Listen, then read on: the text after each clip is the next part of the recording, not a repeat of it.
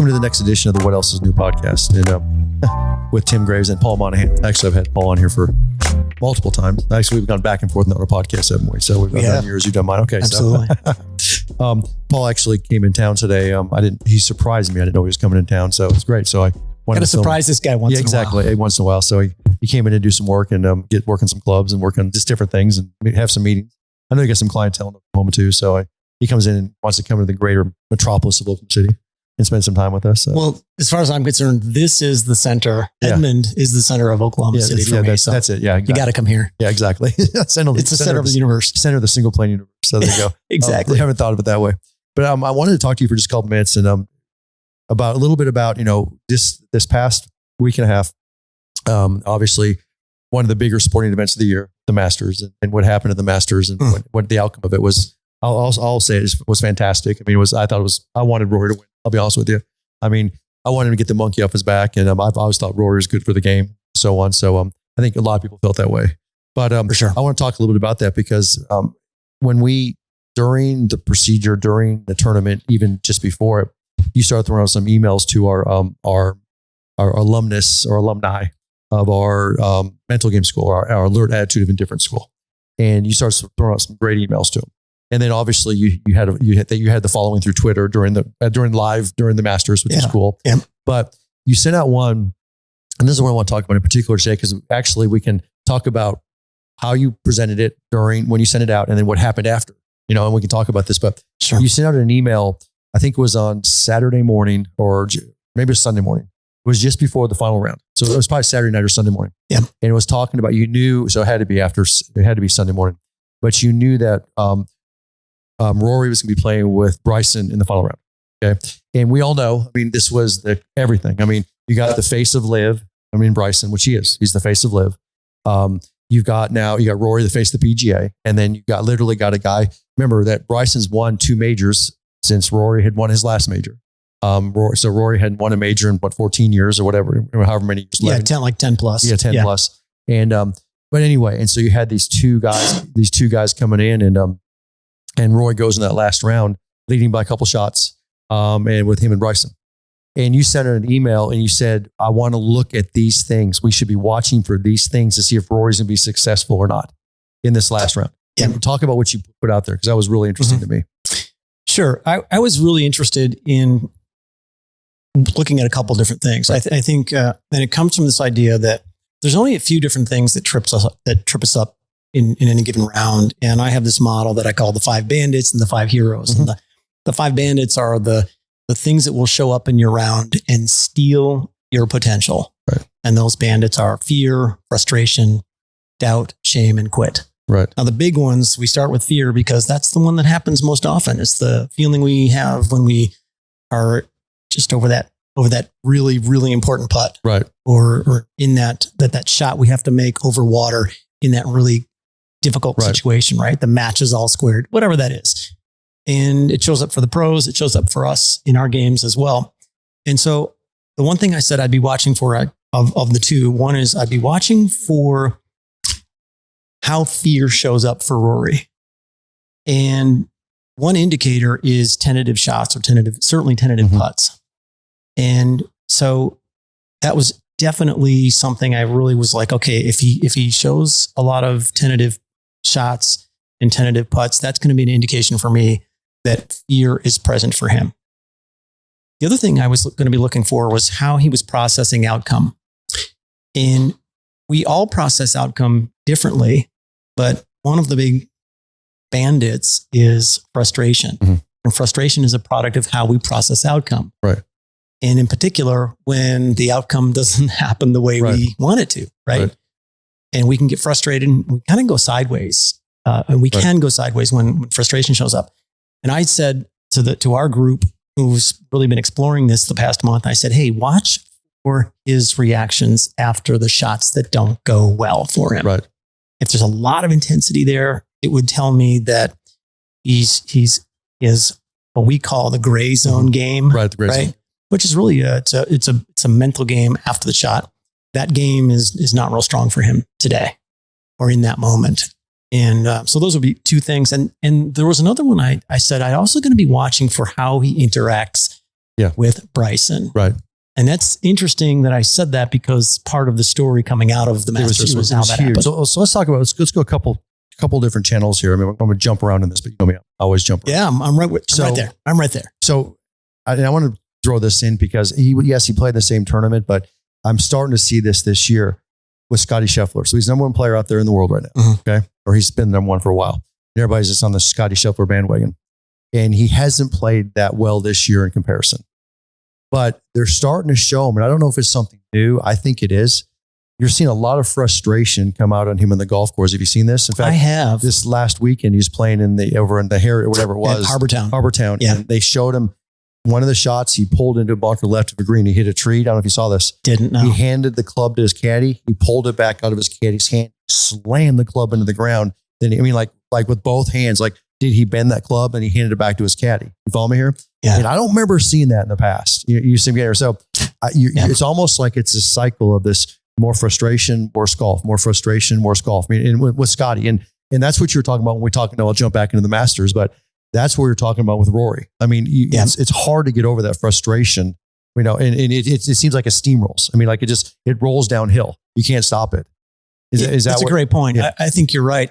And it's certainly very difficult. I swim in these waters a lot. Right. And so I make guesses, and let me just say, they are guesses. Right. I don't know for sure, but I do understand human psychology, I think. And I think I understand how it shows up for us and how it shows up for them. Right. And I would say that, look, Rory did some incredible things that day. I mean, because the truth is, I wrote after the Masters, I wrote that Rory choked. Yeah. As impolite as it seems to say, or would be, right? You don't have to lose when you choke. Right. Which is interesting. Yes. Everybody puts this connotation that you choked, I lost. I choked, I lost. Yep. No, you can choke and still win. And you can. And that's what's interesting. And was I happy Rory won? Absolutely. Was it one of the better, one of the things I'll remember for the rest of my life? Absolutely. I think everybody will. I mean, we saw a Grand Slam winner. I mean, come on. I mean, how many times you can see that? I mean, us that over 50 saw with Tiger, okay, and remember it. But, and that didn't seem like that was so quick. That was the thing everybody talks about, that when Tiger won his Grand Slam, it was like, whoa, it just happened. Right. Yeah. This kid that came out just happened. Like, is it going to happen again? Is it going to happen again? Is it going to happen again? Like, it was almost like maybe this will happen all the time now. And it was like, and then all of a sudden, well, that was easy. Yeah. 20 some years go by. And it's like, okay, maybe this is a bigger deal than we thought. You see him get here. No question. And now Rory got it. But talk for a second about this, because we're talking about the bandits, with the band and the fear and the frustration and so on. Yeah. But Rory made this comment. When they interviewed him after, they said, he doubled the first hole. Mm-hmm. And if you remember the way he doubled the first hole, is he hit the same drive on the same line he had the day before, but he didn't get over the bunker. He did not clear the bunker. He missed it by a yard, literally. Yep. I mean, he missed it from having basically a wedge into the first green into, I have a hard time getting out of this bunker. He makes double. Yeah. And at the end of the round, he said that actually lessened, it actually took nerves away. He processes that as to helping him. Can you explain that a little bit? Because I played a lot of events, and I'll be honest with you, I've gone out there and saying, I want to break the first 4 holes, or I want to par the first 5 holes and start strong. And all of a sudden your nerves get to you and you make bogey or double in that first hole. And all of a sudden you kind of sit back and go, okay, the stuff is, well, let's go. I mean, what else can happen to me? I mean, talk about that for a second. I think you're right. I think we certainly saw that in his case. Like and you and I have talked about this. He shows up on the first tee, and to me, he just doesn't look like himself. He looks unhappy to be there. I agree. He looks a little bit frightened, a little bit scared. These are my words. I don't know. Right. And maybe others would say, well, he was really focused, and I get all that, but he just didn't. There was something off. And I think and again, we're going to jump around a little bit, but Bob Rotella, who you have tons of respect for him, he's the godfather of mental game, and I do too. He would have been working with Rory, and come to find out afterwards that Bob Rotella basically told Rory, and you can correct me if I'm wrong on this, please do, to basically treat Bryson like he wasn't there. Like just don't even acknowledge him. Yep. Is that what he said? I mean, he did. He really wanted Rory focusing on one thing, his game. Right. And that meant he had to ignore everything else. The patrons, his competitor, everything else. The one thing that's interesting with Rory, and if anybody's ever been out there, or with Bryson, I mean, and Rory, but when Rory goes out there, there's a lot of people cheering for Rory, but he's still a European player. And we still, Ryder Cup is in 5 or 6 months. We still have something against the Ryder Cup players. This is us versus them. Bryson has become the social media star. So what's happened now is, and he's got millions and millions of followers. He's done this intentionally. The rowdy group out there is now Bryson's group. So when you go in the tournaments, the rowdy, so when he hits a shot and hits it well, they'll go crazy for him. Rory will get a lot of applause because I love Rory, but they'll go crazy for Bryson. So anybody's playing against Bryson, you got to deal with it. That's the old Tiger. Hey, people used to tell me the greatest rounds of golf they played is when they broke par playing with Tiger, because it was literally because of all the stuff that was going on around them. Yeah, so hard to do. Right? I remember talking one time to Bob Tway, and Bob Tway said he played in the PGA Championship at Southern Hills. He played a round with Tiger, I think Bob. And Bob said that the hardest thing was there was a helicopter hovering around them the entire round, entire time, because they were literally protecting Tiger. So every shot he hit, he had to hit towards a helicopter. He's like, it was the craziest things you ever saw. He goes, envision playing around a golf when you had these sharpshooters up in this helicopter protecting this guy. He said, because he had death threats against him and he's having to play golf out there. How do you deal with that? So if you can shoot par under those conditions, no, he said greatest round of golf he played in his life. He said it's just unbelievable. But now we're getting Rory because the crowds are looking for this. So what you had was you had somebody you had Bryson saying, telling Rory, avoid, just don't acknowledge him. And that's where I think you say it looked uncomfortable, because Rory's not like that. Rory typically will go up there and I'd say he's jovial. He's shaking hands. He's smiling. I mean, the guy, he's not that guy who's stoic out there. No. And I tell you what, this was a Masters where I spent a lot of time watching the coverage. And, one of the things that I noticed, like I watched quite a bit of Friday's round, Thursday's round, quite a bit of Fridays. Right. I watched Rory's entire round on Saturday. I was like, oh my gosh, he's unbeatable. Yeah. Right. Yeah. Was it Friday that he hit 3 on the first 6 holes? No, that was the Friday round. That was the Friday round. Or maybe was that Saturday? That was Saturday. That's Saturday. But the Friday round's the one that he literally had 2 doubles and shot even. And he was 4 under one time going into the into 14, and it had the 2 doubles and shot even. Oh, that was Thursday. That was the Thursday round. Yeah. And then Friday and Saturday, he went 6 under, 6 under. It was just like, oh my gosh.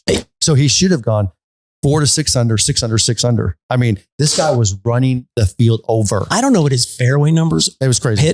He's hitting every fairway. Everything. I'm like, he is unstoppable. I'm like, God, he's finally going to win this thing. 100%. I was like, all right, and 100%. I'm like, and then you start thinking about, okay, well, what's that?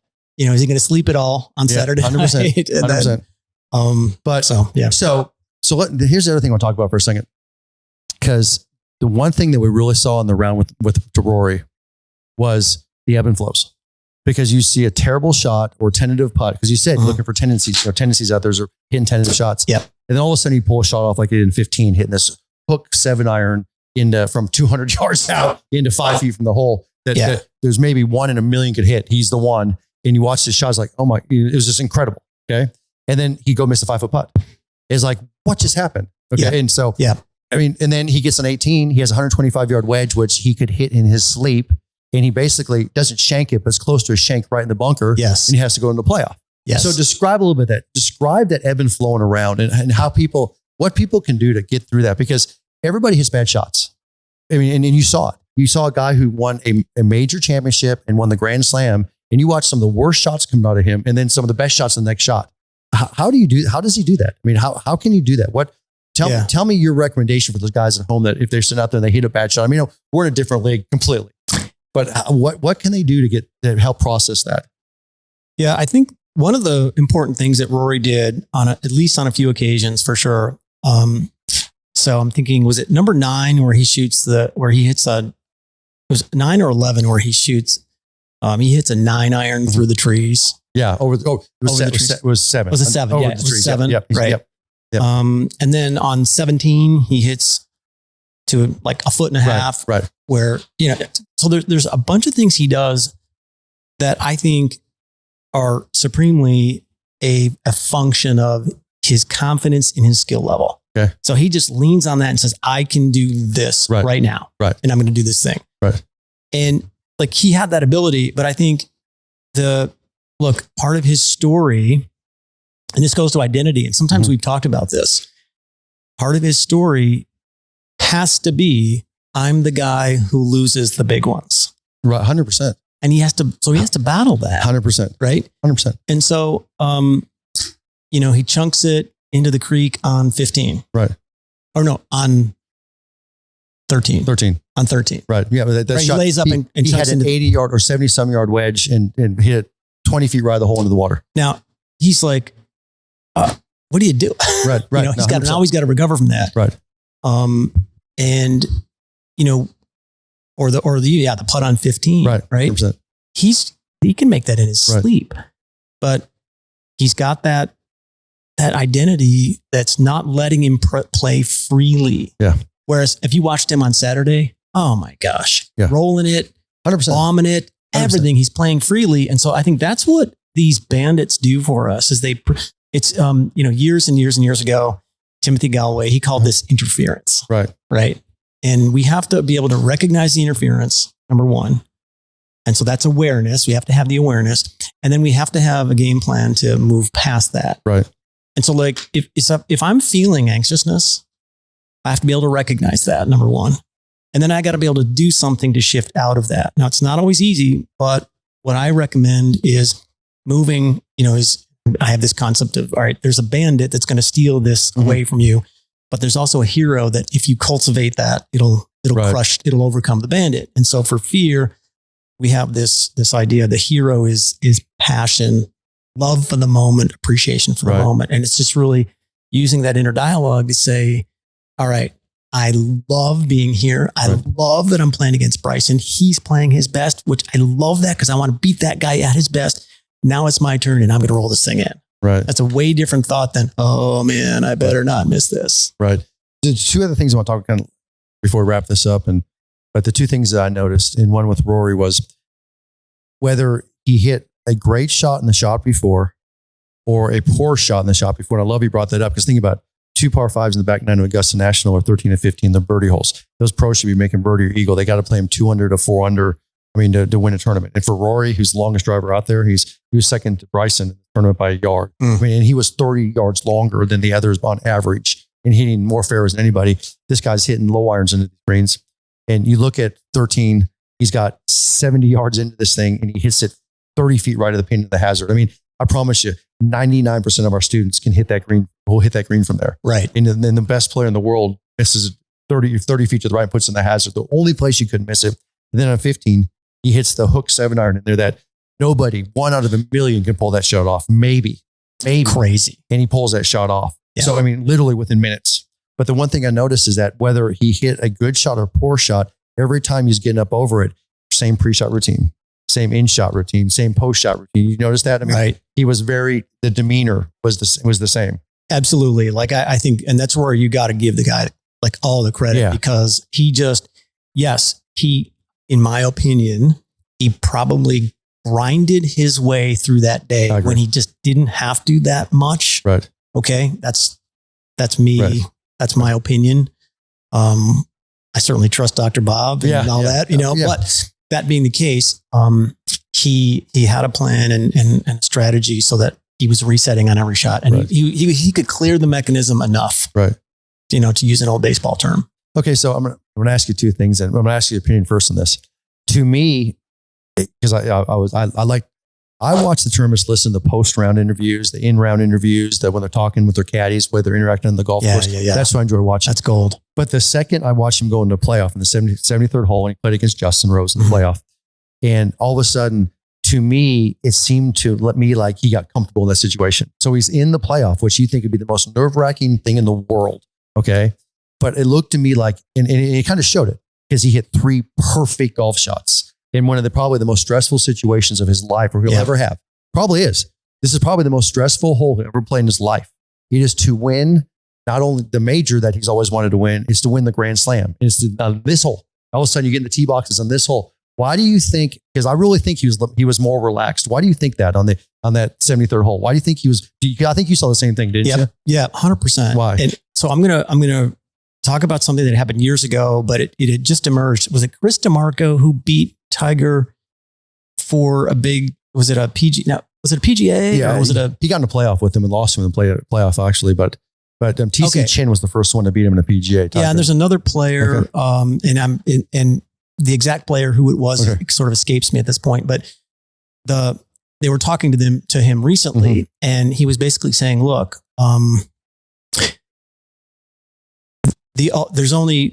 it's really important that I know that I can beat Tiger in this moment, right."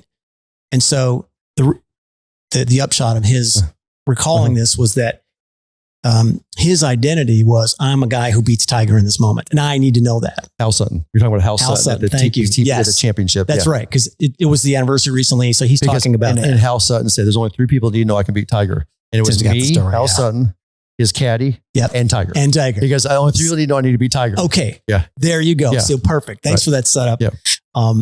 I think that was the dynamic at play. Really? Yes. Because Rory has had Justin Rose's number for a long time. He has. Even I think there was some footage of Rory's like a 17 or 18-year-old playing in a tournament. He beats Justin Rose. Yeah. So I believe that Rory has this identity that, this is I'm in this matchup, I win every time. Right. I think you're right. So that's part identity. And the other thing I think on that I talked to you about earlier was that he's comfortable around Justin. Yeah. Justin and him are buddies. They go back, they travel together. I mean, that was kind of like, Justin's almost like not the father, but kind of almost the father figure of Rory, because he's 15 years older than Rory. And he's all of a sudden, I think he's 10 plus years older than Rory. Yeah, he's 11 years older. He paved the trail for Rory. I mean, he's been on the right, Rory's been on the Ryder Cup 3 or 4 times. Justin's been on like 7 or 8 times. He kind of, and so there was comfort there. So and is there a lovelier fellow than Justin Rose? No, right? Absolutely lovelier not. chap. No, because it was funny when they got in the playoff, I kept thinking to myself, okay, there's 2 people I want to win this event, and neither from the United States. It's these 2 right here. I mean, he's been so close. Exactly. He's been so close to it.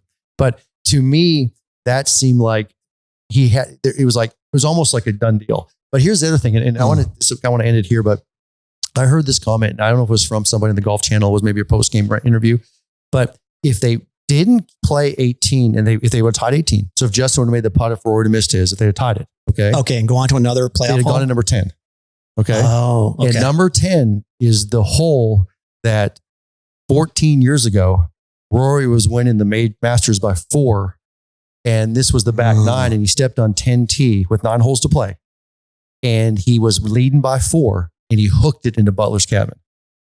He hooked it so hard off that tee. I think he made a triple, and that was it. The tournament was literally over. Okay. Oh, interesting. And they made a comment. They were wondering if he could have gotten through it, because Woody stood up on 10T, and those bandits, those nightmares come pouring back in his head. Talk about that for a second. So if he'd have gotten 10T, and we could imagine put Paul Monahan in that situation, said, "Here you go, Paul." Okay, what would you told him? What would you said to him? I mean, so you're not. So it's not Dr. Bob, it's Dr. Paul. Okay, and you're on 10T, and he turns to you. So Roy turns to you. Okay, and this is for everything. This is for his major championship. He's playing in this. He's in a match. He's basically match play now, because they tied 18. Yeah. So on the 74th hole now. Okay, and you're playing against Justin. And that in the back of his head, he's thinking about a hook he is hooked into Butler cabin the last time you're in this position. What would you told him?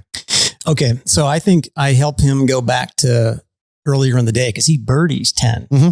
Absolutely. Earlier in the day. He like a foot. Yeah. Exactly. Okay. So I would be all about, okay, another birdie here. Beautiful. Right. Hold the vision. You got this. Go.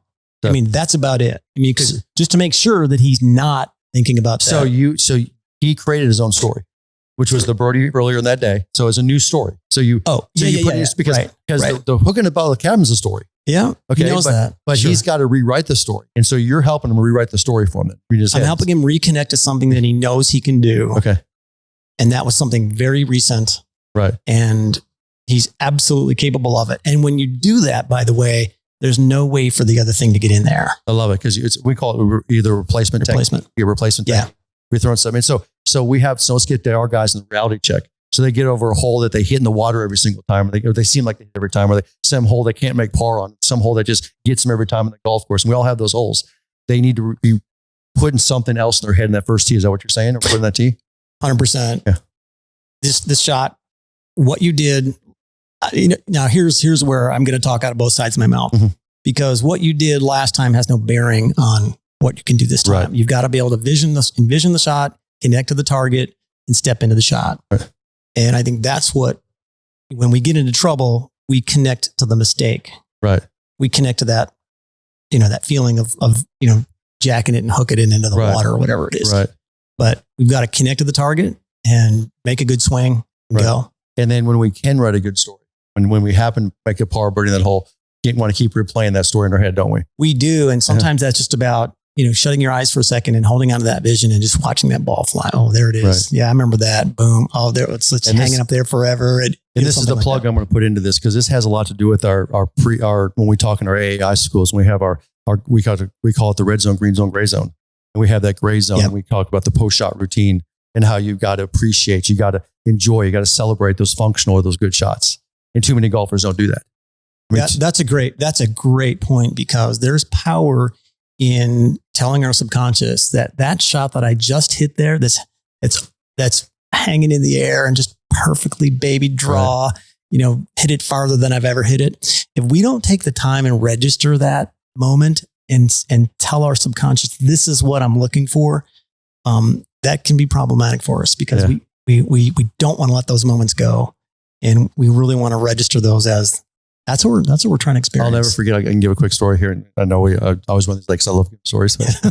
That's all right. But I'll never forget. We got time. Number 6. We got time. I grew up at a course called Hefner Golf Course, and number 6 is a par 5. That's a dogleg left par 5. And it's a tough little hole for me, because number one, you really kind of have to hit a hard draw off the tee, and it doesn't really fit my eye. It never did. I like to play more of a straight to high cut anyway, and it rolls through the fairway. And I'm not saying I wouldn't make bogeys in this hole, but it's a birdie hole, and I very seldom birdied it because I couldn't get off that tee very well. And this was growing up. I mean, I could go play 4 or 5 under in this golf course. It wasn't a hard golf course, but this hole, it'd be like I shoot 400 par this hole, and you should be eagle in this hole. Okay? It's just, okay. And I'll never forget that one day I got in this hole, I got in the tee box, and there was a storm coming in. It faces straight into the west, and there was a storm coming in, and the clouds were blacker than black. And I probably shouldn't have been out there with my friends, but we're dumb and stupid.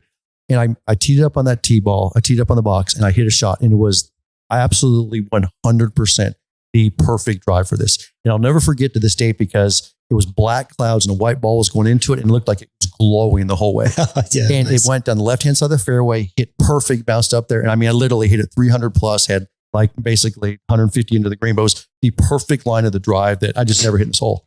And what's funny is that was probably close to 45 years ago. And I step up in the tee box today, and I still envision that shot. It's a story I create. Yeah, you know what I'm saying? Exactly. And so I went from literally playing, and I've hit a bad tee ball on this tee shot 1,000 times, because it just doesn't fit me. It's one of those holes. You know what I'm saying? Right. But I now get up there, and I always envision that. I'll never forget that. And yes, we got pulled off the golf course after that hole, because we had to go because of the storm. Exactly. But I'll never forget hitting that black cloud, but that perfect ball flight. I sit in the tee box, and it takes me 2 seconds to jump right into that shot. That's what it's helped me. Great. It happened. It absolutely helped. Yeah. Because I wrote that story about that shot. I could have thought of all the hooks I put in the left trees and the cuts I've hit into the right stuff on this hole. Yeah. But your subconscious, like you tell your subconscious, or you tell yourself in those moments, just do this, just do this thing. And you have that vision, and it's very powerful. To me, it's a recall in the vision, it's rewriting the story. You say rewriting the story. Rewriting the story. Yeah. I love that. And I think that's because I remember hearing about that. What would Roy have done in 10T? But I love what you said. You would have reminded him immediately about what you just did, how successful you were, and go. Yep. And then go. And you said, I like what you said, you've done it quick. There would have been no focus, and not just, hey, you got this, let's go. That's why you hear those caddies constantly say, you got it, let's go. You got it, let's go. You got it, let's go. Yeah, they'll often say, hey, you got the vision? Right. It's one of the last things they'll say. You got that in your mind, you got that vision. Right. And what they're really saying is they want you connecting to the target and nothing else. Right. I love it. Yeah. I love it. Well, I enjoyed the Masters. I assume you did. Oh my gosh. Yeah. That's the first time I ever live tweeted something it was on really X. Cool. So you should tell the guys at home about that. I mean, just where they can go to see that. Because it's really cool. You live tweeted through the Masters. I did. Yeah. First time I ever did that. And so probably like all of us, we all sat there for 5 hours, 5.5 hours. Right. Everything stopped. But you can go on my Twitter account. I can't even tell you what it is. It's Paul Monahan. Right. Coach Paul or Coach Paul M or something like that. I should know that by now, but, anyways, it was really fun to follow the ups and downs of the moment of the afternoon. And it was really cool too, because I'd be like, well, okay, here's the situation. This is what I'm looking for. If this happens, then I'm saying it's fear. If this, if he overcomes this, then we're past it. And then invariably, the fear would show up. And, so it was really kind of funny to watch. And you can see, if you read through, there's not that many posts, but you can read through them even at this point and get a sense for exactly what I was seeing as a mental game coach, and what I think Rory and Bryson, because there were so many ups and downs in that round. So many. It was unbelievable. That was the coolest thing about that. So, well, yeah, and like we even talk about all right, and it's obviously it's the Rory story, but there was a guy named Bryson there too, and of course he bombs it off the first tee, and he 2-shot swing, and he's off to the races, and here we go. But then something strange happens, and I chronicle this on my live tweets where he cannot find his distances. 100%. And I'll have a podcast about that, but I know it's that single length clubs issue he has, because he can't dial the distances of the clubs. And it was crazy. And you notice that when you get under the most pressure, those things always start coming out. So so when that adrenaline's kicking, the adrenaline's flowing, and all of a sudden he normally hits an 8-iron 170 yards and it's going as far as 200, or it's going between 150 to 200 yards, because he's used a system now that's different than most of us. And you saw for 2 days, the last 2 days, but in particular the last day, he had no way to figure out his distances. And the number one course in the world that you got to know your distances is Augusta National. You're off by 10, 15 yards. It's doubles written all over it. That's so good. And I think on our next conversation, let's talk about Bryson on the greens at the Masters, because he struggled on his distance as well. And I'd love to get your take on why that very mechanical. Happened, it's the way he's very mechanical on the greens. And there's issues to that even being a genius like Bryson, he's a genius. I mean, that IQ is way up there. Oh my gosh. He got overloaded. He got way overloaded because the system he uses is a mechanical process of figuring out the slope, figuring out the speed, figuring out up versus down, figuring out wind, and then putting the inches back 3 inches through. And when your brain is going that fast and you got overloaded, and you could see it. You could definitely 100%. See it. You could see it.